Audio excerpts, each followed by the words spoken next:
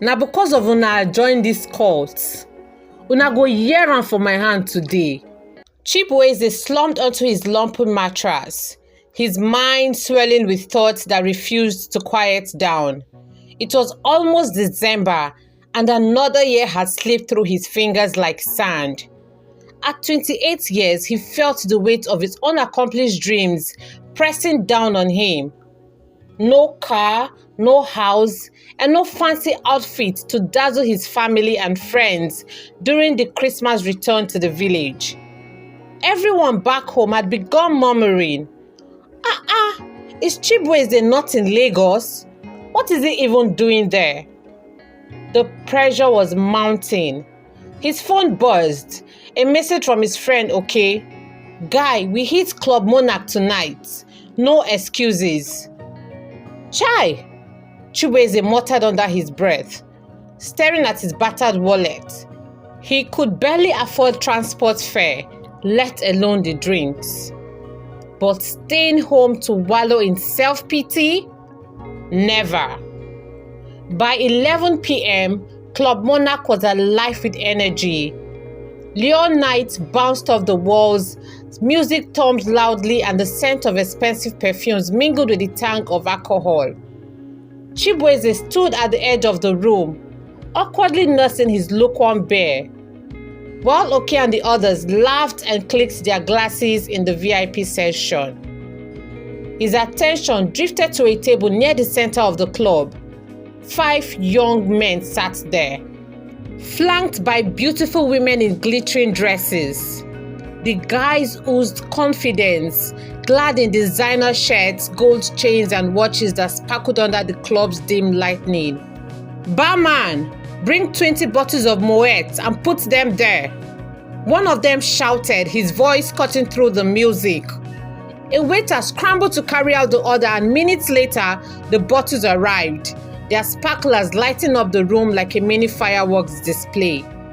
The crowd roared in admiration. Phones went up, capturing the moment for Instagram.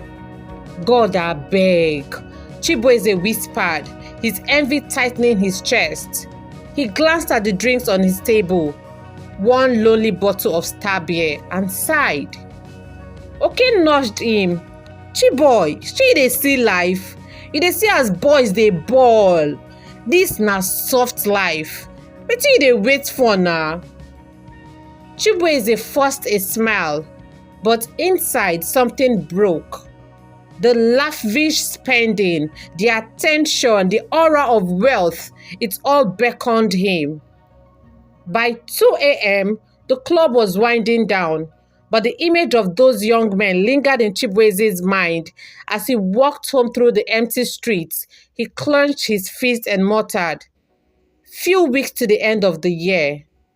I have to make it." The following morning, Chibueze sat on his tiny balcony staring at the chaotic Lagos skyline. The December Harmattan breeze was cool, but his mind was on fire. He imagined himself rolling into his village in a sleek car, dressed in agbada with sunglasses perched on his nose. "I have to show them I have arrived too," he said aloud, determination hardening his voice.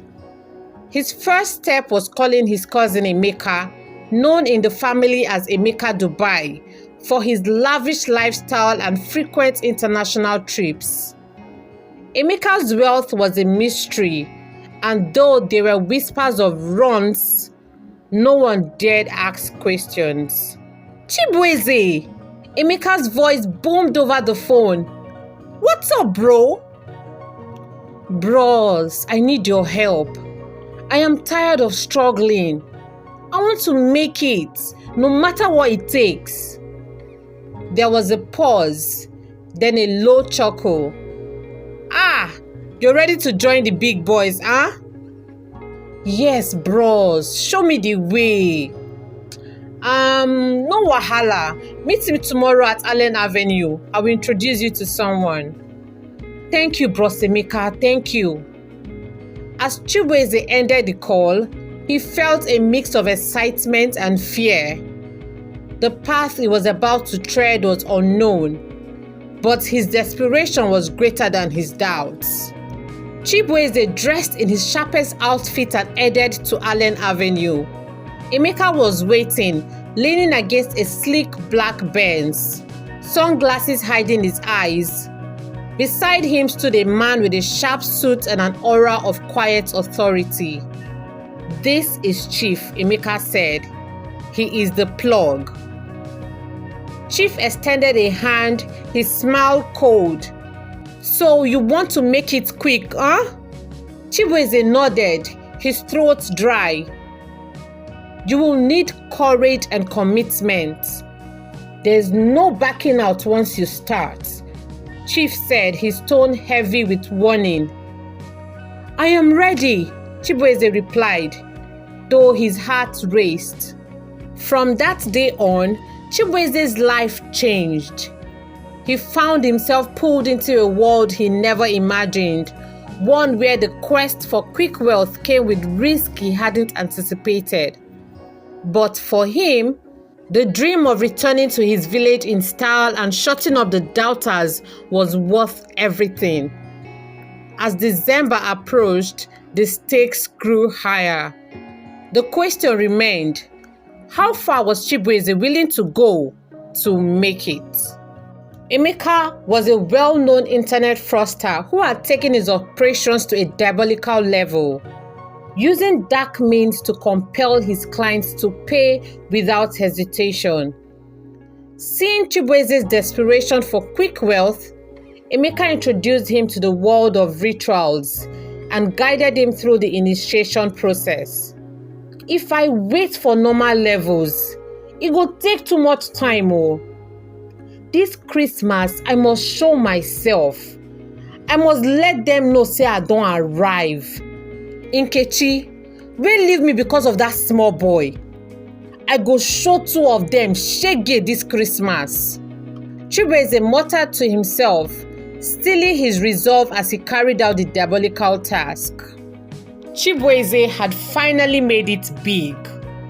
His convoy of luxury cars rolled into his village for Christmas, causing a stir that could be heard miles away.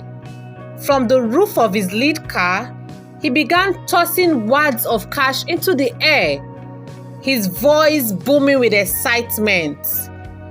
"Tell them! $3 has arrived," he shouted repeatedly, the sound of his voice blending with the cheers and commotion of the villagers. People scrambled to grab the flying naira notes, some calling their children to join the frenzy. The narrow village road turned chaotic, with adults and kids diving for the cash. The excitement spread like wildfire. Everyone knew someone important had just arrived. As Chibueze's convoy inched closer to the village square, his eyes locked onto Nkechi, the girl who had left him for another man because of his lack of wealth. Her presence reignited the fire of his resentment. He stopped the car abruptly, staring at her with a grin that held both mockery and satisfaction. Chibueze laughed loudly and threw a thick bundle of cash in their direction. Nkechi's boyfriend lunged to pick it up, but she grabbed his arm in embarrassment. "Don't disgrace us like this now," she whispered, her voice laced with desperation. But Chibueze wasn't done. He stepped down from his car, still tossing cash as he strutted towards them. The crowd went wild, chasing after the note he carelessly threw on the ground. "Now because of una join this cult, una go hear am for my hand today," he thought bitterly, his face a mark of satisfaction. As he approached, Nkechi's face turned pale with shame. She felt the ground should open and swallow her whole. "What sort of embarrassment is this?" she muttered under her breath, sneaking a glance at her boyfriend, who was still bent over, gathering the money like a man possessed. Chibueze smirked. tossing more cash in their direction. Nkechi, shey you dey see the mugu wey you leave me for, abi? This your guy, see as him head dey. Nkechi looked away, her pride shattered, but her boyfriend remained focused, already thinking of how to find a bag to gather all the cash. My love, Nkechi suddenly said, her tone soft and apologetic. I was not wise then. It is you I truly love. Chibueze's laughter echoed through the square. So now you love me, abi? Your eye don't clear, he mocked. Yes, my love.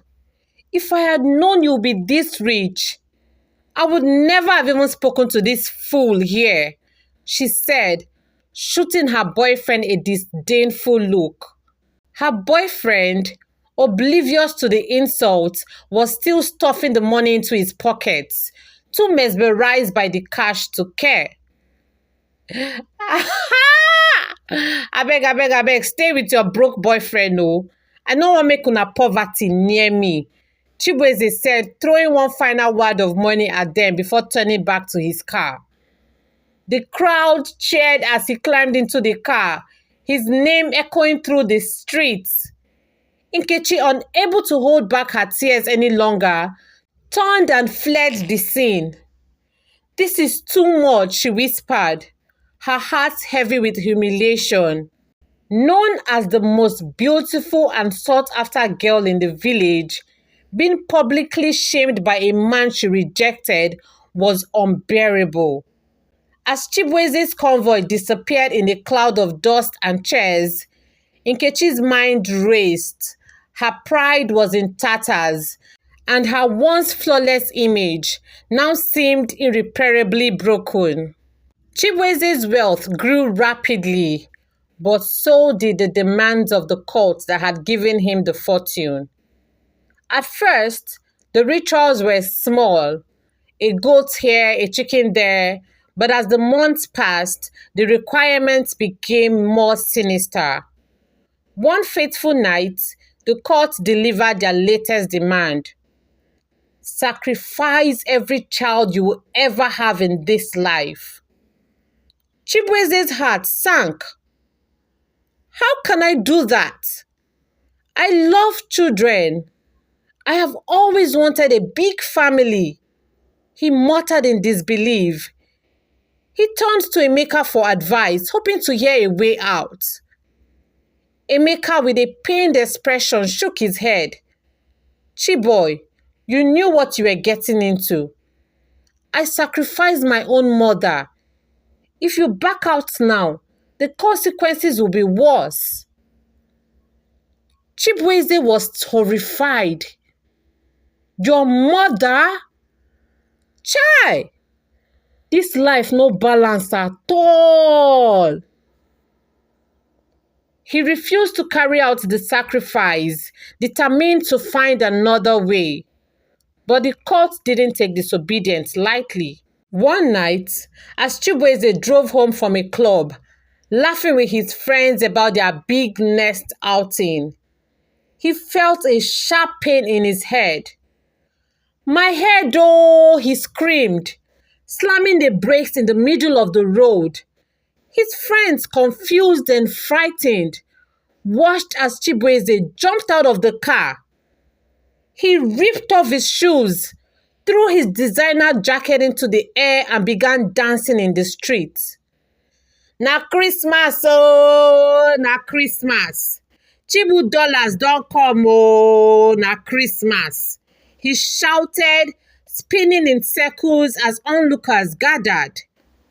Within minutes, it was clear that Chibueze had lost his mind. His friends tried to hold him down, but he fought them off, running barefoot through the streets, singing incoherently about money and Christmas. Chibueze was later found, wandering aimlessly in tattered clothes, muttering to himself and begging for coins. Ironically, the same coins he once tossed so carelessly. His wealth disappeared as quickly as it had come, and it became a cautionary tale in the village, a grim reminder of the dangers of quick wealth.